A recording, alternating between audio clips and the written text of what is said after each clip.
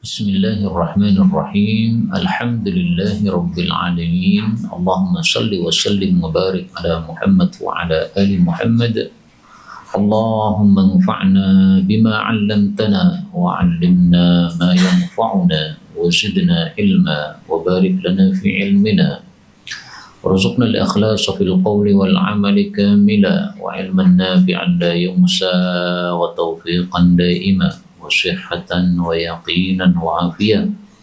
اللهم افتح لنا كل خير ويسر لنا كل أمور. اللهم انصر المجاهدين وارحم المستضعفين ودمر أعداء الدين واطمس على أموالهم آمين يا رب العالمين.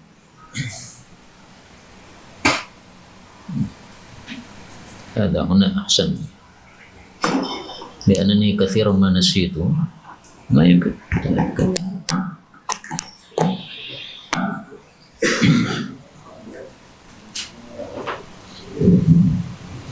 Kita lanjutkan kajian kita Riyadhus Shalihin karya Az-Zahid Al-Faqih An-Nawawi rahimahullah.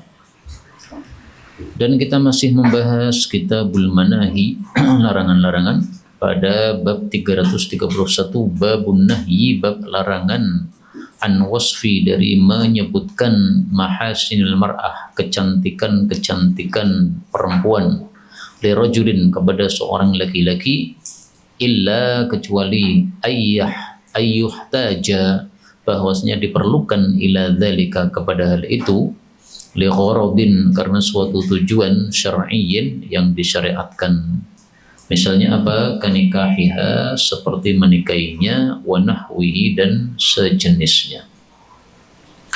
Hadis 1742, wa an ibni Mas'udin radhiyallahu anhu qala qala Rasulullah sallallahu alaihi wasallam, la tubashir, janganlah bergaul, al-mar'atu, seorang wanita, al-mar'ata, dengan wanita yang lain, fatasifuha, lalu dia mensifati wanita tersebut, li zaujiha, kepada suaminya, ka'annahu, seolah-olah suaminya yang duru ilaiha, melihat kepada wanita tadi. Hadis muttafaqun alaih. Hadis ini menunjukkan bahwasanya menceritakan tentang kecantikan seorang perempuan kepada laki-laki, misalnya kepada suaminya, padahal tanpa ada hajat, tidak boleh. Sebagaimana melihat tidak boleh, maka menceritakan kepadanya sehingga seolah-olah dia melihat juga tidak boleh. Dan ini sebagai dalil juga bahwa tidak boleh melihat fotonya perempuan. Karena sebagian orang mengatakan yang haram itu adalah kalau melihat langsung, kalau melihat foto nggak haram, nggak benar. Dia berarti belum baca hadis ini. Ka'annahu yanzur, seolah-olah dia melihat. Seolah-olah saja nggak boleh. Karena ilatnya sama. Kalau kita melihat secara langsung timbul syahwat, melihat fotonya juga sama, timbul syahwat. Nah, sehingga sebagian menganggap bahwa kalau hanya foto nggak masalah, berarti foto wanita sedang mandi nggak apa-apa dilihat, nggak benar.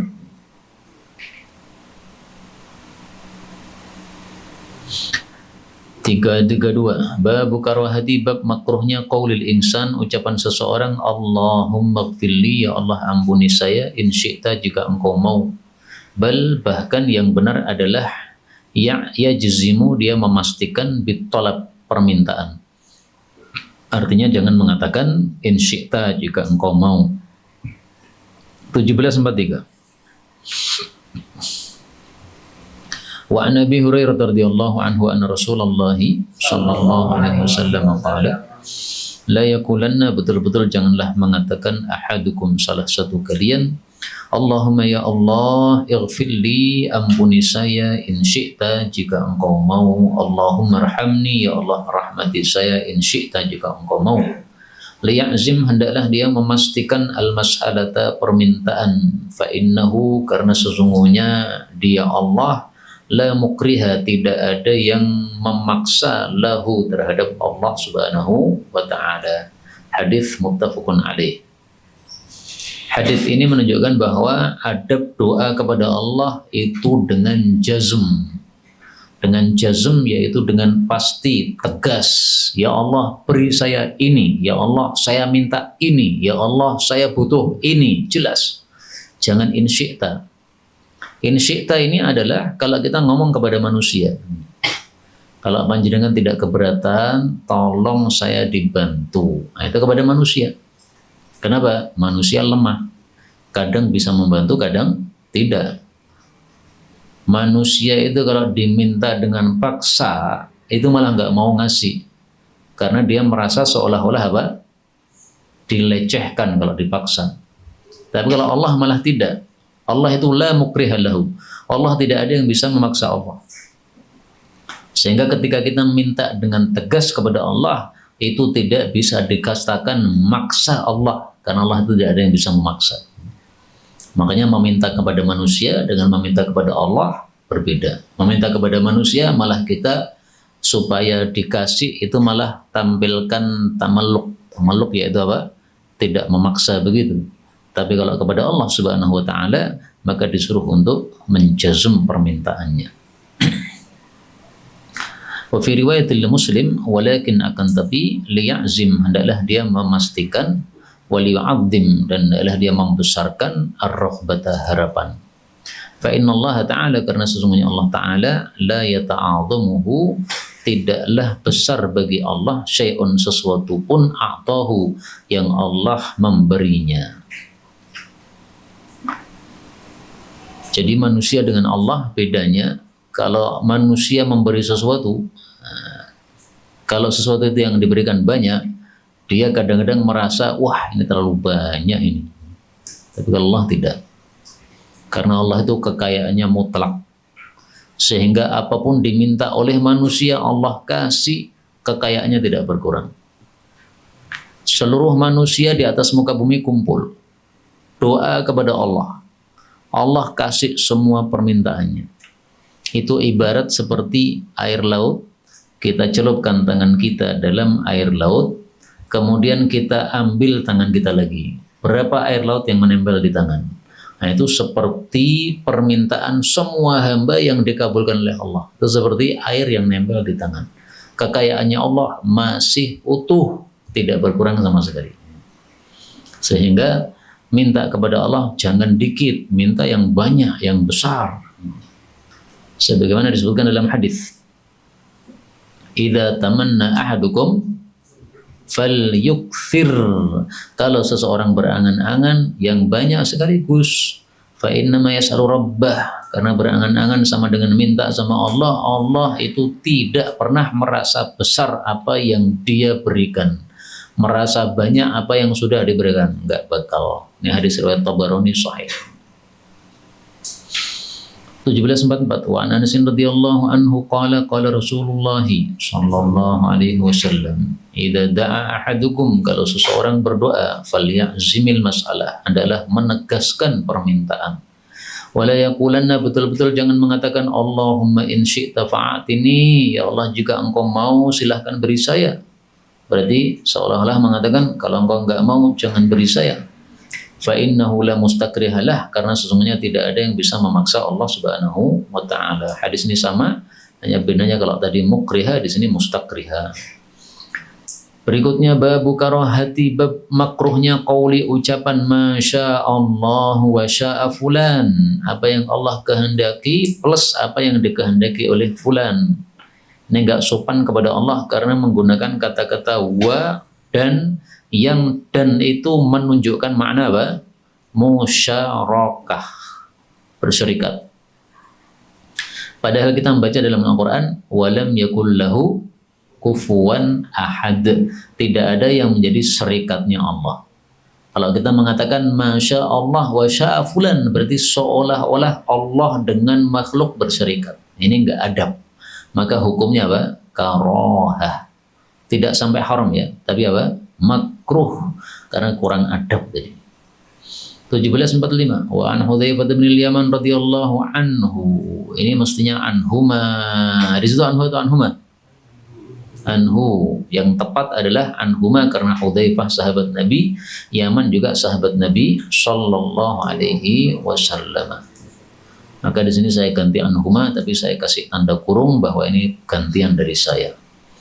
Ani Nabi sallallahu alaihi wasallam qala la taqulu, jangan mengatakan masya Allah wa syaa fulan, walakin akan tapi qulu, ucapkanlah masya Allah, apa yang Allah kehendaki, thumma, kemudian syaa fulan, seseorang kehendaki.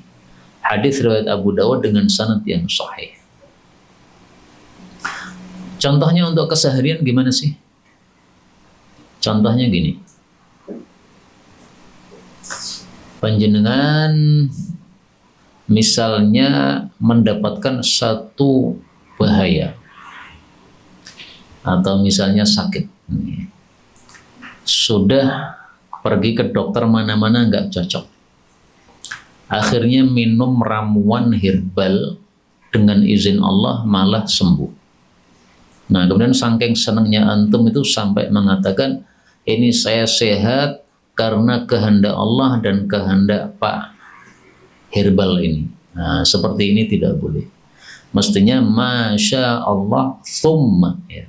Alhamdulillah saya sehat atas kehendak Allah. Kemudian dengan perantaraannya Pak ahli herbal. Nah, kemudian jangan dan. Kalau dan itu berarti berserikat.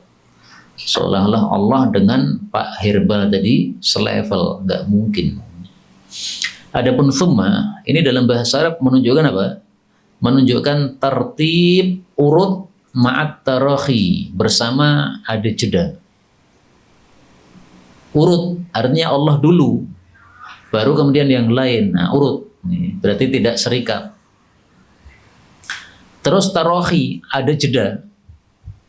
Kalau urut tapi langsung itu bukan pakai thumma tapi pakai fa, ya. Fa itu langsung. Kalau thumma ini kemudian ada jedanya.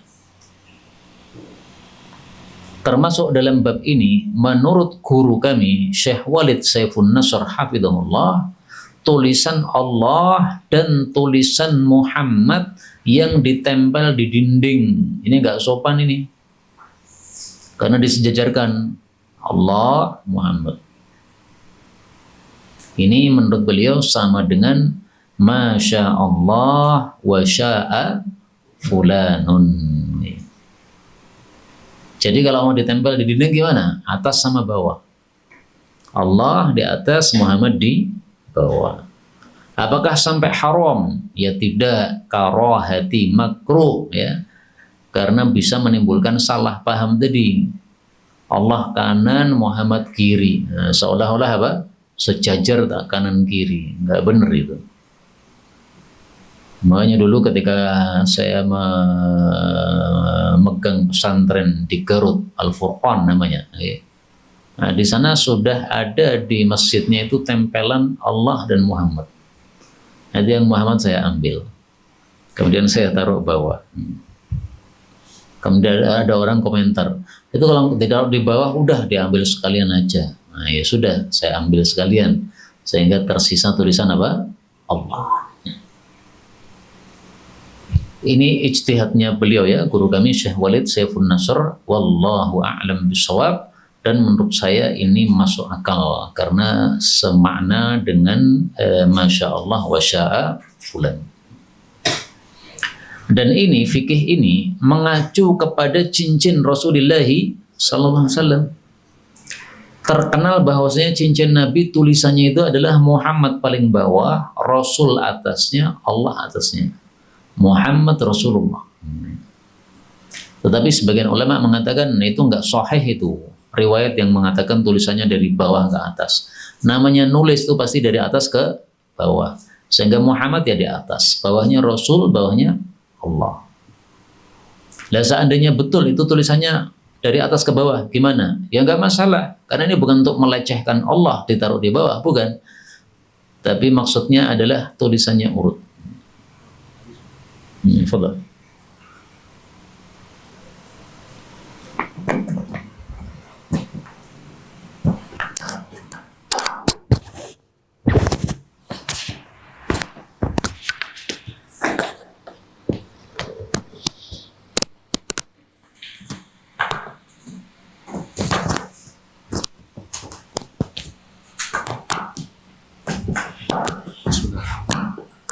semua. Nah.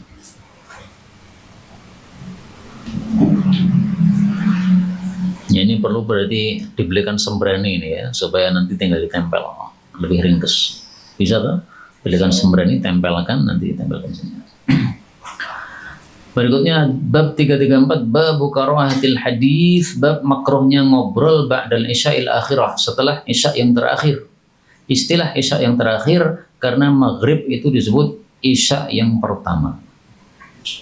Wal murad bihi, dan maksudnya adalah al hadis, ngobrol alladzi yakunu, yang adalah dia itu mubahan, hukumnya mubah, fi ghairi hadzal waqt, di selain waktu ini, yaitu ba'da isya.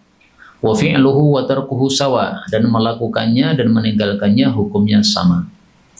Fa amma adabun al hadithul muharramul awil makruh, ngobrol yang haram atau yang makruh, misalnya menggibah ya, fi ghairi hadzal waqt, selain di waktu ini, fahuwa fi hadzal waqti, maka hal itu pada waktu ba'da isya ini, asyaddu tahriman wa karahatan, lebih dahsyat haramnya dan lebih dahsyat makruhnya, lebih haram atau lebih makruh. Wa amal haditsu fil khair, adapun ngobrol dalam kebaikan, contohnya apa? Kamudzakkaratil ilm, seperti diskusi ilmu, wa hikayatis sholihin, cerita-cerita orang-orang saleh, wa makarimil akhlak, akhlak-akhlak yang mulia, wal hadits ma'ad dhaif, dan ngobrol bersama tamu, wa ma'a talibi hajah, dan bersama pencari hajat, wa nahwi dzalik, dan semisal itu, fala karahata fih, maka tidak ada makruh padanya sama sekali, bal huwa mustahab, bahkan dia itu hukumnya mustahab. Wa kadza, dan demikian juga al haditsu li udrin, ngobrol karena suatu udzur, wa aridin, dan karena sesuatu hal yang datang, karena suatu sebab maksudnya, la karahata fi, maka tidak makruh padanya. Wa qad, dan sungguh, tadhaharat, jelas al ahaditsus sahihah, hadis-hadis yang sahih, ala kulli ma dzakartuhu, atas setiap apa yang sudah saya sebutkan. Tadhaharat ini bisa diartikan juga saling mendukung. Wa in tadhahara alaihi, sebagaimana dalam surat apa? At-Tahrim ya. Hadis-hadis sahih saling mendukung terhadap apa yang sudah saya sebutkan ini tadi. Jadi di sini Imam Nawawi membagi obrolan itu dibagi tiga. Satu, obrolan yang mubah, yang diam atau ngobrol hukumnya sama. Misalnya ngobrol akan masalah dunia atau masalah sepak bola, mubah kan? Nah, maka itu ketika dilakukan setelah isya, maka hukumnya berubah menjadi makruh. Beliau mengatakan karahati ya, makruhnya ngobrol pada isya, yaitu al haditsil mubah, obrolan yang mubah, seperti ngobrolkan sepak bola tadi. Obrolan yang kedua adalah obrolan yang haram atau makruh. Nah, kalau obrolannya sendiri hukum asalnya haram atau makruh, maka ketika dilakukan ba'da isya, itu haram dan makruhnya itu bertambah. Tetap haram tapi tambah dahsyat, tetap makruh tapi tambah dahsyat. Kemudian obrolan yang ketiga adalah obrolan dalam hal kebaikan, seperti diskusi ilmu, seperti pengajian sekarang ini. Ini ba'da isya, tapi tidak makruh sama sekali. Termasuk juga ngobrol karena ada hajat, keperluan, maka ini tidak makruh. Ada kaidahnya di sini. Siapa yang masih ingat? Al-hajah tuzilul karaha. Al-hajah, kebutuhan itu, tuzilu, melenyapkan al-karaha, hukum makruh. Hukum asalnya makruh, kalau diperlukan jadi enggak makruh. Ngobrol habis isya, hukum asalnya makruh, tapi diperlukan nih. Kenapa? Tamu datang. Masa tamu datang kita diamkan saja? Nah, tamu datang dihormati. Bagaimana cara menghormatinya? Nah, diajak ngobrol supaya dia nyaman, nah, sehingga tidak masalah seperti ini. Termasuk juga obrolan suami istri. Suami sudah tidur di atas dipan, istrinya tidur di sampingnya. Nah, kemudian namanya suami istri kan ada obrolan tentang misalnya anaknya, atau tentang masalah duit, keseharian, atau masalah tetangga, mungkin ada kejadian apa, nah, ini diobrolkan. yang bukan ghibah, maka seperti ini diperlukan, nggak ada masalah, tidak termasuk makruh. Sekarang dalil 1746. Wa Nabi Barzata radhiyallahu anhu anna Rasulullah sallallahu alaihi wasallam kana yakrah, beliau membenci an-nauma qabla al-isya, tidur sebelum isya, wal hadits ba'daha, dan ngobrol setelah isya. Hadis ini perlu kita ketahui illatnya, kenapa makruh tidur sebelum isya. Illatnya adalah supaya salat isyanya tidak terlambat. Karena maghrib dengan isya itu jaraknya dekat. Kalau kita tidur habis maghrib, dikhawatirkan nanti isyanya belum bangun. Dan ini masalah khilafiyah. Sebagian ulama memakruhkan, sebagian ulama merukhsahkan alias membolehkan, sebagian lagi mentafsil. Bagaimana tafsilannya? Lihat di sini. Tafsilan disampaikan oleh sebagian ulama. Warakhasa ba'duhum, sebagian ulama membolehkan fin naumi qabla salatil isya fi Ramadan, khusus di bulan Ramadan maka tidak makruh. Berarti ditafsil. Kalau di bulan Ramadan tidak makruh, kalau di luar Ramadan makruh. Kenapa tidak makruh tidur sebelum isya di bulan Ramadan? Karena setelah isya ada sholat tarawih, dan dulu sholat tarawihnya itu lama, 1 juz minimal, ada yang 2 juz, ada yang 3 juz. Sayyidina Umar kumpulkan para qurra itu yang imami sholat tarawih itu. Kemudian beliau menyimak, oh bacaanmu ini cepat, kamu baca setiap tarawih 3 juz. Oh bacaan kamu ini sedang, kamu baca setiap tarawih 2 juz. Oh bacaan kamu ini lambat, kamu baca setiap 1 malam baca 1 juz. Nah, berarti sesuai dengan bacaannya. Ada yang 1 juz, 2 juz, 3 juz. Sekarang mana ada kayak gitu, kecuali sedikit ya. Nah, sehingga wajar kalau ada yang berfikih seperti ini, khusus Ramadan tidak makruh tidur ba'da maghrib karena persiapan untuk salat tarawih. Adapun ngobrol setelah isya, apa illatnya kenapa makruh? Karena bisa menghalangi sholat tahajud dan sholat subuh. Kamu ngobrol sampai jam 12, akhirnya tidak sholat tahajud. Padahal biasanya kalau tidurnya jam 10 bisa sholat tahajud. Nah ini berarti keteteran sholat tahajudnya gara-gara ngobrol, itu sebab dilarangnya. Tetapi kaidahnya tadi berlaku ya, al-hajah tuzilul karahah. Sehingga kalau diperlukan maka tidak makruh lagi. Antum amal soleh sepanjang siang sampai maghrib. Amal solehnya selesai menjelang maghrib. Habis mandi salat maghrib ngantuknya dahsyat. Boleh nggak tidur? Boleh, karena hajat. Apalagi antum tidurnya di masjid dengan harapan nanti pas adzan isya antum mendengar adzan dan bangun. Nggak ada masalah. Karena ilat yaitu khawatir terlambatnya salat isya sudah tidak ada. Apalagi antum sengaja tidur di tempat muadzin, apalagi muadzinnya terkenal suaranya keras, nah, maka tidak ada masalah sama sekali saat itu kita tidur di sana karena tujuannya supaya kita bisa fresh dalam salat isya. 1747. Wa ani ibni Umar radhiyallahu anhuma anna Rasulullah sallallahu alaihi wasallam shallal isya, salat isya fi akhir hayatih, di akhir hayatnya. Falamma sallama qala, tatkala beliau salam mengucapkan, awaitakum, apa pendapat kalian lailatakum hadhihi, dengan malam kalian ini. Fa inna, maka sesungguhnya ala atas ra'si mi'ati sanatin, puncak 100 tahun, 100 tahun ke depan maksudnya. La yabqa, tidak akan tersisa, mimman huwa, dari orang-orang yang dia itu ala dhahril ardi, di atas punggung bumi, al yauma, hari ini, tidak akan tersisa ahadun, seorang pun. Nah, gara-gara hadis ini kemudian sebagian sahabat Nabi salah paham. Oh, berarti mulai malam ini sampai 100 tahun ke depan itu sudah mati seluruh manusia di atas muka bumi alias kiamat. Karena di sini dikatakan la yabqa ahadun, tidak tersisa satu orang pun berarti kiamat. Nah, mereka salah paham. Karena yang dimaksud oleh Nabi adalah al-yauma, orang yang hari ini hidup 100 tahun ke depan sudah tidak ada lagi yang hidup.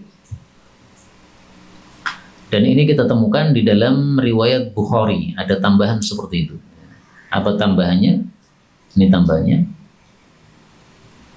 Fawahilan nas, maka orang-orang pada rancu atau salah paham fi maqalati Rasulillah terhadap sabda Nabi sallallahu alaihi wasallam. Mereka menyangka itu akan terjadi kiamat, padahal yuridu bidzalika annaha takhrimu dzalikal qarn.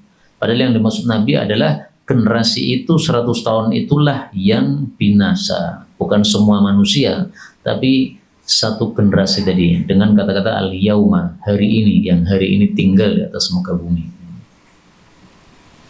Dari sinilah diambil pelajaran oleh para ulama, satu generasi itu berapa tahun? 100 tahun. Tapi ada khilaf ya.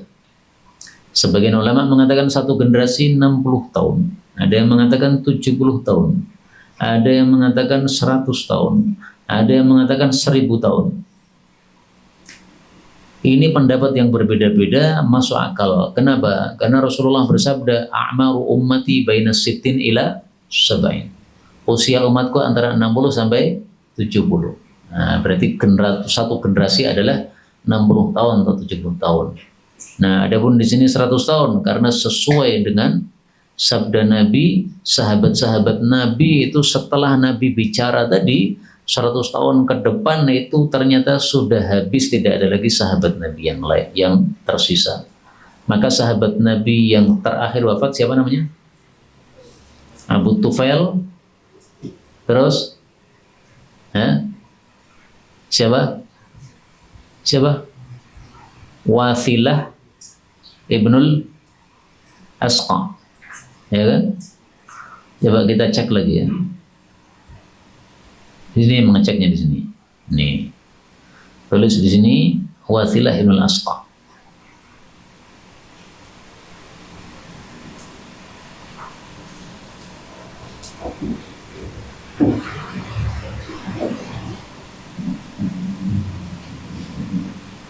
Coba kita tulis Abu At-Tufail.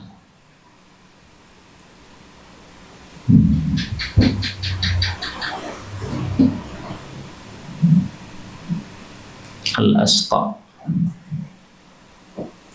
Wathilah. Oh, Amir bin Wathilah, salah ya. Amir bin Wathilah Abu Tufail. Ini sahabat Nabi yang terakhir mati. Amir ibnu Wathilah. Kalau Wathilah bin Asqa sahabat Nabi yang lain. Abu Tufail artinya bapaknya anak kecil. Untuk mengingat-ingat bahwa sahabat Nabi yang terakhir wafat.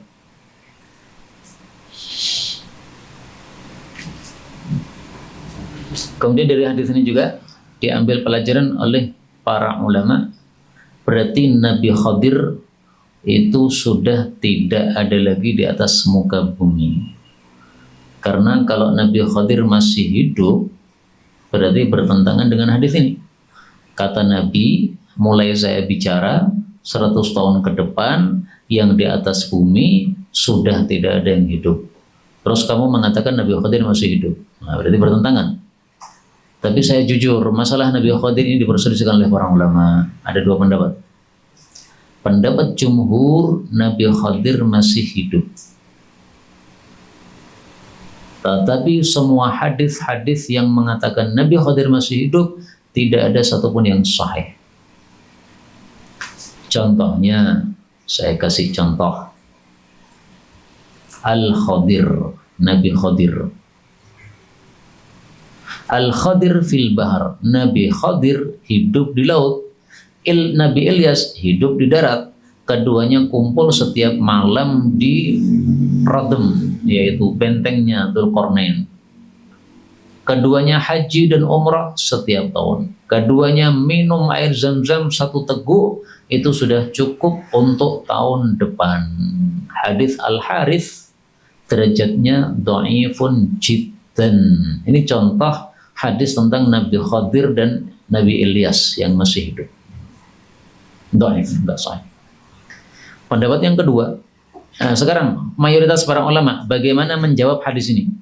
Mereka mengatakan yang dimaksud oleh Nabi itu adalah yang ala dhahril ardi, yang di atas punggung bumi alias di darat. Kalau Nabi Khadir nggak masuk hadis ini, kenapa? Hidupnya di laut. Maka kita jawab dengan 2 jawaban. Jawaban yang pertama, laut itu termasuk bumi. Maka dhahril ardi itu mencakup laut maupun darat. Karena maupun di laut itu tetap dhahril ardi. Karena di punggungnya bumi, ya. Bukan di dalam perutnya bumi. Perutnya bumi kalau tenggelam. Nah, Nabi Khadir kan nggak tenggelam. Beliau hidupnya di laut tapi di atas air, nggak mungkin di dalam air. Memang beliau ikan. Beliau manusia kan.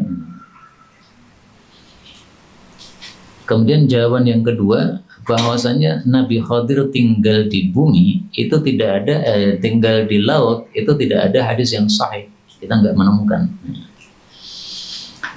Jadi itu pendapat jumhur ya. Sekarang pendapat sebagian kecil ulama, di antara mereka adalah Imam Bukhari. Beliau berpendapat Nabi Khadir sudah mati. Kenapa? Karena tidak ada satupun hadis sahih Nabi Khadir masih hidup. Imam Bukhari memang beliau ahli hadis yang kokoh, tidak mau terima hadis dhaif untuk menetapkan satu hukum atau perkara yang dhaif. Nabi Khadir termasuk perkara yang gaib karena nggak tampak pada kita. Hidup matinya itu jangan dikatakan hidup kecuali ada dasarnya yang sahih. Saya cocok dengan pendapat sebagian kecil ulama bahwa Nabi Khadir sudah wafat. Kalau ada di antara antum yang ketemu Nabi Khadir, tolong saya dipertemukan. Kayak apa Nabi Khadir? Barangkali itu bukan Khadir, tapi hanya ngaku-ngaku Khadir saja. Ya, sebenarnya bukan. Kalau cuma ngaku-ngaku, semua orang bisa ngaku. Saya pun juga bisa ngaku kepada antum. Saya ini jelmaan Nabi Khadir. Bisa aja. Berikutnya 1748. Wa an Anasin radhiyallahu anhu. Annahum, bahwasanya mereka para sahabat intadharu menunggu an-nabiyya sallallahu alaihi wasallam. Faja'ahum, maka datang kepada mereka qariban, dekat min syatril lail, dari separuh malam. Fasalla bihim, lalu beliau salat pada mereka, yakni isya, yaitu salat isya. Kira-kira jam berapa?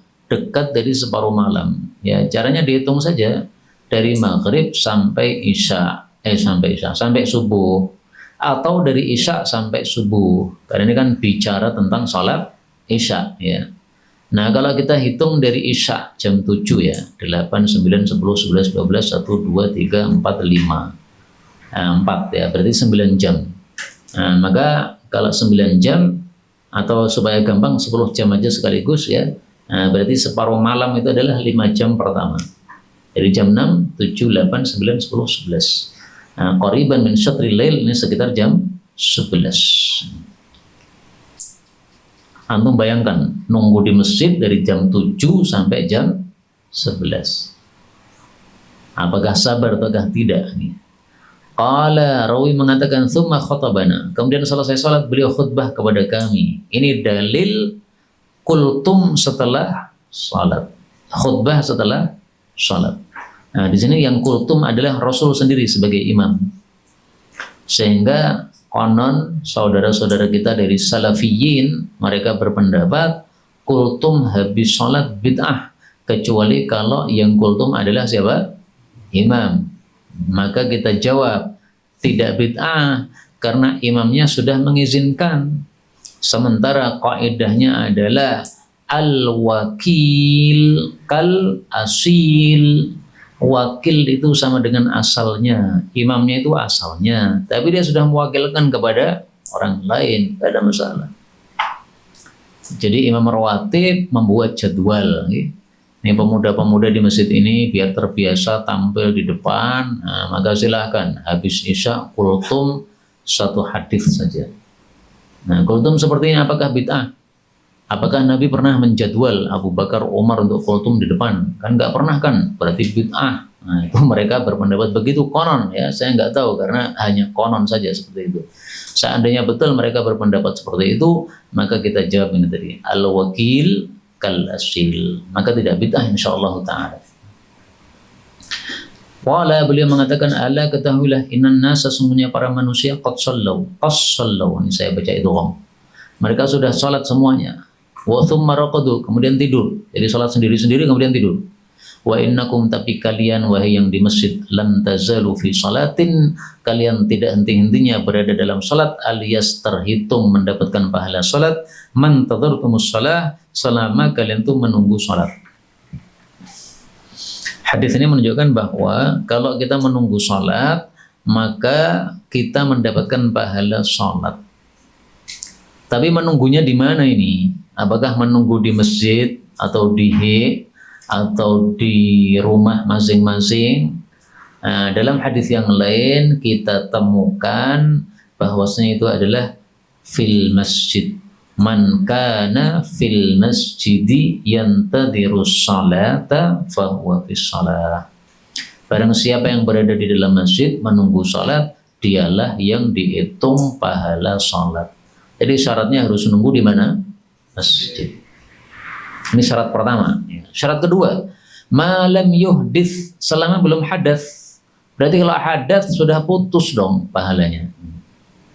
Karena itu kalau kita sedang menunggu sholat di masjid, kemudian hadas, maka segeralah apa? Berwudu. Man kana fil masjid yantadhirus shalah fahuwa fis shalah ma lam yuhdits. Syarat yang pertama fil masjid, di dalam masjid. Syarat yang kedua malam yuhdits, dia belum hadas. Berarti mafhum mukhalafahnya, kalau dia kharijal masjid maka tidak mendapatkan pahala menunggu salat tadi, pahala salat tadi. Kalau dia sudah hadas berarti tidak mendapatkan pahala salat tadi. Nah, supaya dapat pahala gimana? Masuk masjid. Supaya dapat pahala gimana? Wudu lagi kalau batal. Maka di sini tidak disebutkan syaratnya, ya. Hanya mutlak man tadhartum, selama kalian menunggu. Tetapi dalam hadis yang lain disebutkan syaratnya.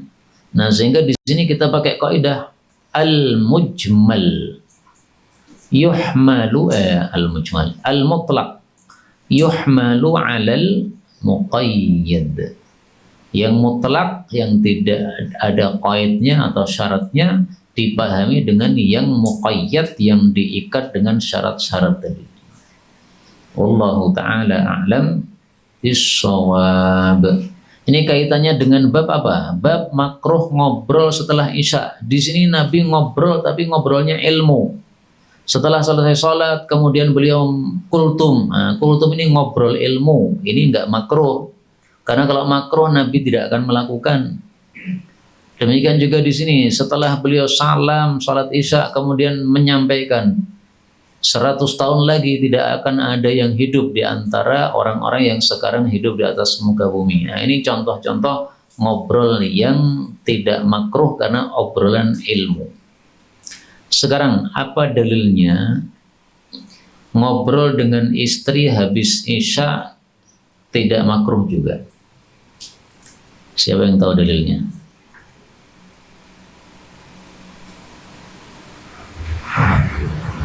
Ini dalilnya, lihat.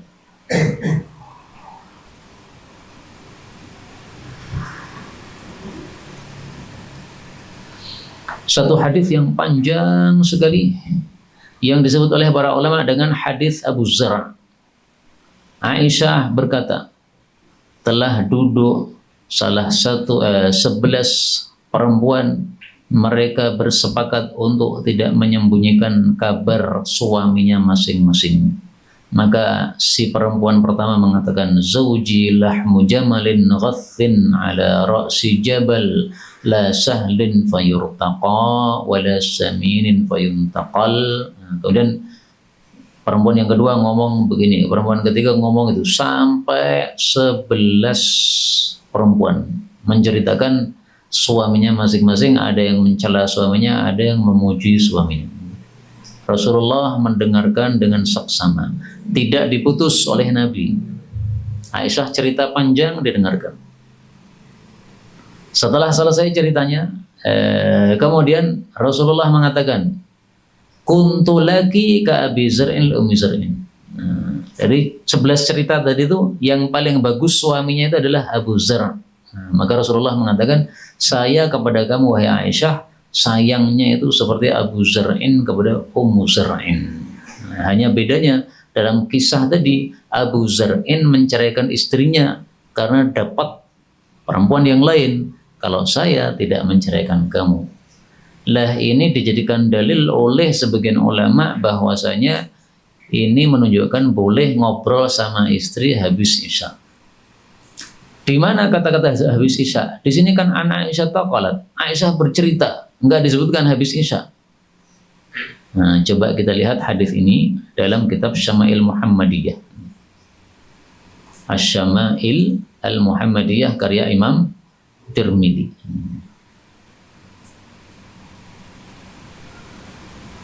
Apa kata beliau? Beliau mengatakan babu ma jaa fi kalami Rasulillah, bab tentang obrolan Nabi fis samar, pada obrolan malam hari. Samar itu adalah ngobrol malam hari sebelum tidur, itu samar. Nah, hadisnya sama. Di sini disebutkan an Aisyata haddatsa Rasulullah sallallahu alaihi wasallam dzata lailatin.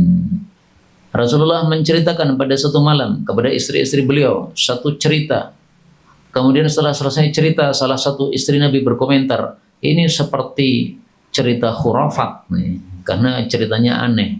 Nah, terus dijelaskan oleh Nabi tentang cerita tadi. Habis itu kemudian beliau menyebutkan hadisnya Aisyah tadi. An Aisyah taqalat, Aisyah berkata, telah duduk 11 perempuan dan seterusnya tadi. Di sini hadisnya Aisyah tentang Abu Zar' atau Ummu Zar' itu juga tidak disebutkan bahwa ini malam hari. Nah, sekarang dari mana Imam Tirmidzi mengambil kesimpulan bahwa itu adalah obrolan Nabi fis samar pada saat ngobrol malam hari? Nah, para ulama menjawab, karena rata-rata obrolan yang panjang lebar seperti ini itu adalah dilakukan biasanya pada waktu malam hari. Karena siang hari nggak ada kesempatan ngobrol gini, sibuk masing-masing ya, suaminya kerja sibuk, istrinya juga sibuk pekerjaan rumah. Nah, sehingga obrolan panjang itu paling-paling dilakukan pada malam hari sebelum tidur. Nah, itu fikihnya Imam Tirmidzi sangat dahsyat sekali menurut saya ya, bisa mengambil istinbat dari hadis tersebut. Ini yang dapat kita bicarakan betul dari Allah Subhanahu wa taala. Kalaupun ada salahnya fa astaghfirullahal azim li wa lakum. Kalau ada pembahasan sisa waktu dipersilahkan. Ya.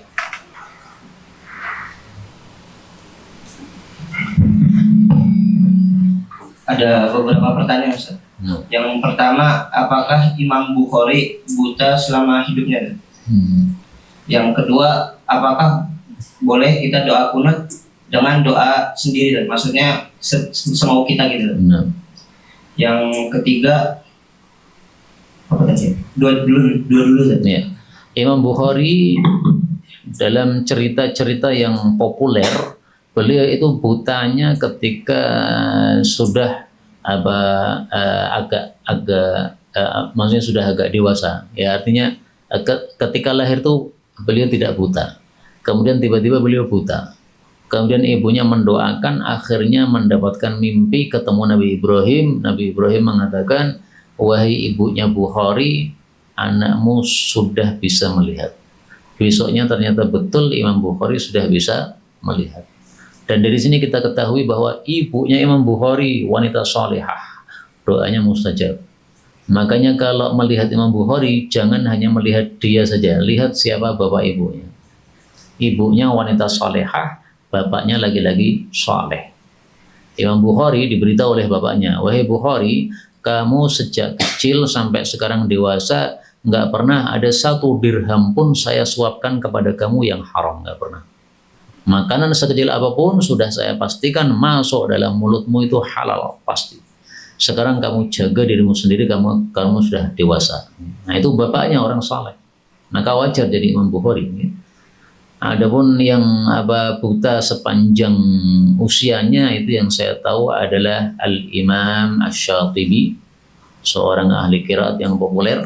Nah, dia buta dari awal hidupnya sampai akhir hidupnya, tapi meskipun buta bisa menulis karya yang sangat indah, matan Syatibiyah. Itu yang saya tahu, wallahu a'lam. Adapun yang buta di akhir hayatnya, Imam Tirmidzi buta di akhir hayatnya. Syekh Munawi penulis Faidul Qadir buta di akhir hayatnya. Ibnu Abbas buta di akhir hayatnya. Banyak ya, kalau kita kumpulkan itu bisa jadi satu buku ulama-ulama yang buta. Adapun kunut witir misalnya, kita mendoa terserah kita boleh berdasarkan perbuatan Sayyidina Umar. Sayyidina Umar membaca kunut yang tidak dibaca oleh Rasulullah SAW. Tapi saya sarankan baca doa kunut witir yang dari Nabi dulu. Kalau sudah selesai silahkan ditambahkan. Begitu caranya. Ada lagi? Silakan.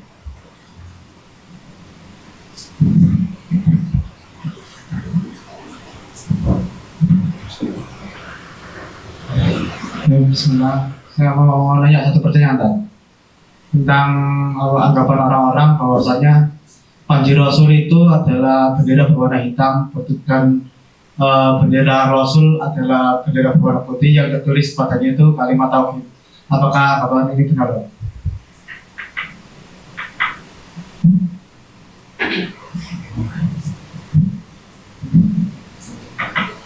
Rayatu Rasulillahi sallallahu alaihi wasallam. Rayatuhu. Malah yang keluar ra'aituhu. Karena adalah rayatuhu, bendera besar Nabi, sauda, hitam. Waliwa'uhu, bendera kecil Nabi, abyad, putih. Hadis riwayat Ibnu Majah sahih. Rayah ini bendera besar untuk seluruh pasukan. Liwa ini bendera kecil untuk pasukan kecil yang di situ ada pangtinya, panglima tingginya. Ini hadis riwayat Ibnu Majah sahih. Rayatuhu, bendera besar Nabi disebut iqab. Adapun hitam itu maksudnya ghalibul launiha, mayoritas warnanya hitam. Mayoritas berarti enggak semuanya hitam. Adapun liwa, liwa itu adalah al-alamus shaghir, bendera kecil. Maka rayah, bendera besar, itu adalah yang dipegang oleh sahibul harb. Wal yuqatal 'alaiha wa ilayha tamilul muqatilah. Wal liwa alamatu kabkabatil amir. Tanda rombongannya pemimpin, amir. Taduru ma'ahu haitsu dara. Nah, di sini enggak disebutkan apakah ada tulisannya la ilaha illallah Muhammadun Rasulullah. Saya tidak tahu apakah ada hadis sahih tentang tulisan tersebut, karena di sini hanya disebutkan rayah sama liwa. Ya. Rayahnya hitam, liwanya putih. Kalau orang Indonesia, liwanya merah kalau ada kematian. Ya. Hadis riwayat Ibnu Majah. Ada lagi tadi siapa? Nah. Izin bertanya dua pertanyaan. Yang pertama, bagaimana hukum bersendawa khususnya dengan meninggikan suaranya? Nah. Terus yang kedua, bagaimana pendapat ulama tentang thalabul ilmi yang sering melakukan kemakruhan seperti minum berdiri, Seperti apa? minum berdiri dan lain sebagainya. Kufa'anna jusa'aka, tahanlah dari kami sendawamu. Jadi jangan dikeluarkan sendawa secara secara longgar atau secara bebas, karena bisa mengganggu orang sebelah kita. Karena sesungguhnya orang yang paling banyak kenyang di dunia itu adalah yang paling lama lapar di akhirat. Hadis riwayat Tirmidzi. Nah, jadi makruh menebar sendawa nih. Nah, kalau ada sendawa ditutup gini, supaya jangan tersebar kemana-mana mengganggu orang. Apalagi pas sholat jamaah, nah, sendawa itu adabnya dibuka gini, masukkan di baju gini. Nah, maka sendawanya tidak akan mengganggu teman sebelah. Karena sering saya sholat, di samping saya sendawa, baunya itu sate bosok itu. Karena dia habis makan sate. Sate itu baunya enak, tapi kalau sudah jadi sendawa, sate bosok itu. Soto juga gitu, kalau udah jadi sendawa, soto bosok baunya. Masya Allah, mengganggu. Ini orang nggak pernah tahu kalau dia mengganggu, nggak sadar. Maka kata guru saya, kalau kamu sendawa ketika sholat, kamu masukkan di baju. Kalau udah masuk, sudah kira-kira hilang baunya, baru dibuka lagi. Yang kedua tadi apa tadi? Makruh. Nih. Minum berdiri itu sebenarnya ada perselisihan pendapat di antara para ulama. Pendapat yang populer, minum berdiri adalah makruh. Tapi pendapat sebagian ulama tidak makruh. Minum berdiri tidak makruh. Kenapa? Karena Rasulullah juga pernah minum dengan berdiri. Adapun yang mengatakan makruh, kenapa? Karena ada hadis melarang minum berdiri. Tapi Nabi juga pernah minum dengan berdiri. Karena sama-sama sahihnya, maka kalau dikompromikan, jatuhnya larangannya adalah larangan makruh. Bisa dimaklumi ya. Sehingga apakah kalau ada talibul ilm selalu minum berdiri, itu apakah berarti dia kurang baik? Ya tergantung. Kalau dia tahu, kalau dia meyakini itu makruh, tapi selalu dilakukan, ya jelas kurang baik. Makruh kok selalu dilakukan. Tapi kalau dia meyakini ini nggak makruh kok, nah maka beda lagi sesuai dengan keyakinan. Kalau saya memang lebih suka berpendapat sesuai mayoritas para ulama, yang saya tahu mayoritas mengatakan hukumnya apa? Makruh. Tapi ketika kita tidak mendapatkan kursi, nggak ada masalah minum dengan berdiri. Karena Rasulullah juga pernah minum dengan berdiri. Apa yang waktu itu beliau minum? Air Zam-Zam. Wajar kan kalau beliau minum air Zam-Zam dengan berdiri, karena di tempat Zam-Zam itu tidak ada kursi yang disiapkan, sehingga beliau tidak takalluf jongkok di bawah, enggak ya. Kondisinya berdiri, dikasih minum ya berdiri minumnya. Kondisinya duduk, dikasih minum ya duduk minumnya, gitu, sesuai dengan kondisinya. Sayyidina Ali pernah itu sengaja habis wudhu selesai, kemudian sisa air wudhu beliau minum sambil berdiri. Kemudian beliau mengatakan, saya mendengar orang-orang memakruhkan minum berdiri, padahal Nabi saya lihat minum berdiri. Nah, jadi malah sengaja Sayyidina Ali untuk menampilkan itu, enggak makruh. Kenapa makruh? Nabi aja minum berdiri. Nah, itu fikihnya Sayyidina Ali.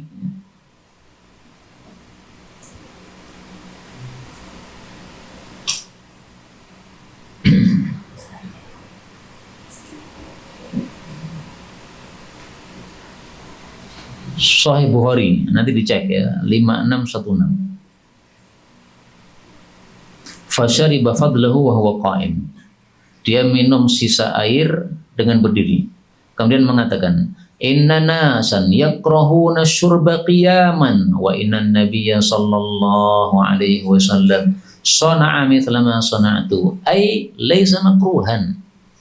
Fikirnya Sayyidina Ali. Nah, Imam Bukhari membuat judul babnya apa? Babus syurbi qa'iman, bab minum berdiri. Seolah-olah beliau mengatakan minum berdiri itu nggak apa-apa, karena beliau tampilkan fikihnya Sayyidina Ali. Jadi Imam Bukhari itu memang sering kali beliau kalau membuat bab ini, babnya itu kurang jelas. Kurang jelas itu kenapa? Beliau sengaja, karena adanya khilafiyah dalam bab ini, sehingga beliau tidak jelas mengatakan babu jawazi syurbi qa'iman wa annahu laysa bimakruh, enggak gitu. Kenapa? Karena kalau beliau membuat bab seperti itu, nanti banyak yang memusuhi beliau. Tapi beliau tulis judul bab minum berdiri, seolah-olah beliau mengatakan boleh, mubah, tidak makruh. Nih hadisnya. Nah, jadi beliau orangnya memang sangat halus, Imam Bukhari itu. Sehingga beliau nggak mau gaprak, nendang-nendang sana sini ditendangi, enggak. Kasih judul yang tidak begitu jelas, tapi orang yang memaham, yang baca hadisnya nanti akan jadi jelas. Beda dengan Imam Tirmidzi. Kalau Imam Tirmidzi menulis judul bab apa? Oh enggak, beda lagi ini. Beda lagi ya. Coba kita cari ya, apakah para ulama ada yang membuat bab-bab yang lain. Nah nih, Darimi, beliau membuat judul bab Babu man kariha syurba qa'iman. Bab ulama yang memakruhkan minum berdiri. Dalam Sahih Muslim, babu karahiyati syurbi qa'iman. Bab makruhnya minum berdiri. Tapi ini bukan tulisan Imam Muslim. Bab-bab dalam Sahih Muslim itu tulisan ulama-ulama yang setelah beliau, seperti Imam Nawawi yang mensyarahnya maupun yang lain-lain. Kalau Imam Tirmidzi menulis babun nahyi anisyurbi qa'iman, bab larangan minum berdiri. Tapi setelah itu beliau nulis bab berikutnya babu ma jaa fir rukhsah fi syurbi qa'iman, bab rukhsah atau kebolehan minum berdiri.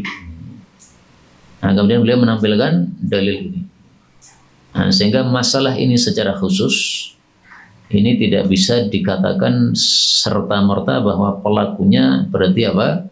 Pelaku makruh. Ya tergantung fikih dia bagaimana. Adapun kalau kita tanya secara umum, bagaimana kalau ada orang yang selalu melakukan makruh, ya kurang bagus. Namanya makruh itu sesuatu yang tidak bagus untuk dilakukan, tapi tidak sampai berdosa. Ada lagi? Nah. Izin bertanya satu pertanyaan. Nah. Hukum mendengar nasyid dengan menggunakan suara perempuan.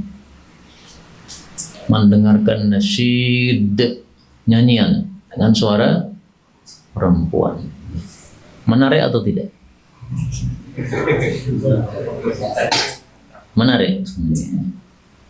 Membayangkan cantiknya atau tidak? Wah, suaranya kayak gini pasti cantik ini. Allah Subhanahu wa taala mengatakan kepada para perempuan, fala takhda'na bil qaul, jangan melembut-lembutkan suara atau ucapan, fayatma'al ladzi fi qalbihi marad, maka akan ingin kepada engkau orang-orang yang dalam hatinya ada penyakit, yaitu penyakit syahwat. Nah, ketika perempuan dilarang untuk takhda'na bil qaul, berarti laki-laki dilarang untuk mendengarkannya. Karena yang dimaksudnya di sini bil qaul lirrijal, kepada laki-laki. Nah, berarti sama dong. Laki-laki juga tidak boleh untuk mendengarkannya. Maka jangan dengarkan perempuan. Siapa? Nisa Sabian. Nah, jangan didengarkan, buang, ganti yang lain.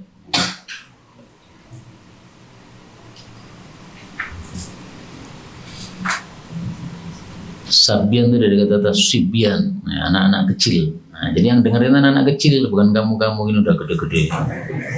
Kalau kamu masih dengarkan berarti kamu anak-anak cilik semua. Ada lagi? Nah, silakan. Satu izin pertanyaan itu. Kenapa dalam masalah isbal selalu dikaitkan dengan khuyala?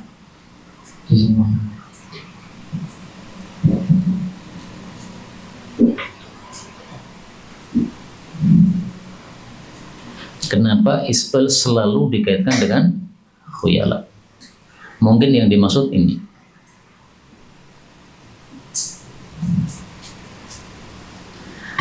Wa iyyaka wa isbalal izar, hindarilah mengisbalkan sarung. Fa inna isbalal izar minal makhilah, karena isbalnya sarung termasuk sombong. Ini bukan perkataan siapa-siapa selain Rasulullah SAW. Hadis riwayat Ibnu Hibban dan yang lain-lain sahih. Nah, mungkin yang dimaksud ini pertanyaannya. Isbal itu adalah termasuk kesombongan. Pertanyaannya, kenapa disebut kesombongan? Karena yang biasa melakukan adalah orang-orang yang sombong. Saya melakukannya tidak dengan perasaan sombong. Ada hati saya bersih dari perasaan sombong. Tapi kamu melakukan tingkahnya orang-orang sombong. Sementara Rasulullah mengatakan, man tashabbaha biqaumin fahuwa minhum. Siapa yang menyerupai suatu kaum maka dia termasuk mereka. Makanya nggak boleh meskipun tanpa sombong. Maka isbal itu dibagi dua. Isbal dengan sombong dosanya double. Pertama dosa sombong, yang kedua dosa isbal. Isbal tanpa sombong dosanya satu, yaitu isbal saja. Terus adapun isbal disebut oleh Nabi termasuk sombong karena yang biasa melakukan adalah orang-orang sombong. Sama dengan gini, setan makan dengan tangan kiri. Ketika kamu makan dengan tangan kiri, kamu manusia apa setan? Tetap manusia ya. Tetapi bisa disebut setan. Kenapa? Karena menyerupai setan. Man tashabbaha biqaumin fahuwa. Maka tidak bisa kita mengatakan saya meskipun makan dengan tangan kiri, saya masih manusia ini. Saya masih sholat. Setan tuh nggak sholat. Ya tapi tingkahmu itu tingkah setan. Maka hukumnya sama, tetap haram. Tapi masalah ini tetap khilafiyah, kita harus akui. Sebagian ulama berpendapat sombong, isbal tanpa sombong makruh, isbal plus sombong haram. Kalau ada dua perselisihan pendapat gini, gimana sikap kita? Sudah sering disampaikan al-khuruju minal khilafi mustahabun. Udah nggak usah dipakai. Wah, saya kurang cocok dengan kaidah tadi. Baik, kalau kurang cocok, nih lihat sabda Nabi SAW. Izratul mu'min, sarungnya orang beriman yang sempurna itu adalah sampai separuh betis. Berarti lebih utama separuh betis atau lebih utama isbal? Separuh betis. Oke, dah semua sepakat ya. Sekarang lihat surat Az-Zumar ayat 18. Alladzina yastami'una al-qawla fayattabi'una ahsanah. Orang-orang yang mendengarkan suatu ucapan, suatu penjelasan lalu mengikuti yang terbaik. Ulaika alladzina hadahumullah. Mereka itu orang yang dapat hidayah. Wa ulaika humul ulul albab, dan mereka orang yang berakal. Berakal, berhidayah. Kalau mau pakai yang terbaik. Kalau mau dibalik, nggak mau pakai yang terbaik, berarti nggak dapat hidayah, nggak punya akal, pakainya dengkul. Tapi khilafiyah itu ya tetap khilafiyah. Ya. Hanya saja kita ini diskusi tentang mana yang lebih kuat, gitu aja. Ya. Mana yang lebih afdal? Jelas lebih afdal tidak isbal. Karena kalau kamu isbal, maka ulama berpecah jadi dua. Satu mengatakan kamu masuk neraka. Kenapa? Isbal masuk neraka. Satu mengatakan kamu makruh. Karena kamu tidak sombong. Dan tidak ada yang mengatakan kamu mustahab, sunnah, jayyid, jamil. Enggak ada. Tapi kalau kamu setengah betis, sepakat seluruh ulama di atas muka bumi, jamil. Karena sesuai sunnah Rasulullah SAW. Dapat hidayah dan ulul albab. Ini yang dapat kita bicarakan betul dari Allah. Kalaupun ada salahnya, fa astaghfirullahaladzim li wa lakum walhamdulillahi rabbil alamin. Subhanakallahumma rabbana bihamdika asyhadu an la ilaha illa anta astaghfiruka wa atubu